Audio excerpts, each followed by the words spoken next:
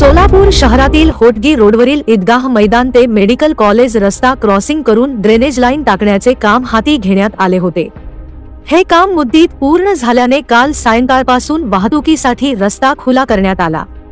Drainage लाईनचे काम पूर्ण झाल्याने हा रस्ता खुला करण्यात आल्याचे महापालिकेने सांगितले। सोलापूर शहरात भुयारी गटार योजनेचे काम प्रगतीपथावर आहे।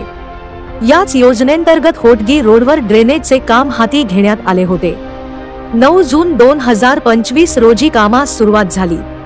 रात्री 12 वाजेनंतर महिला हॉस्पिटल ते महावीर चौकापर्यंत रस्ता वाहतुकीसाठी बंद करण्यात आला होता। त्यामुळे या मार्गावरील वाहतूक गांधीनगराकडून आसरा चौकाकडे जाणारी वाहने गांधीनगर ते पोलीस मुख्यालय, कुमठा नाका, महिला हॉस्पिटल मार्गे वळविण्यात आली होती, तर आसरा चौकातून येणारी वाहने महिला हॉस्पिटल, राजीवनगर मार्गे वळविण्यात आली होती।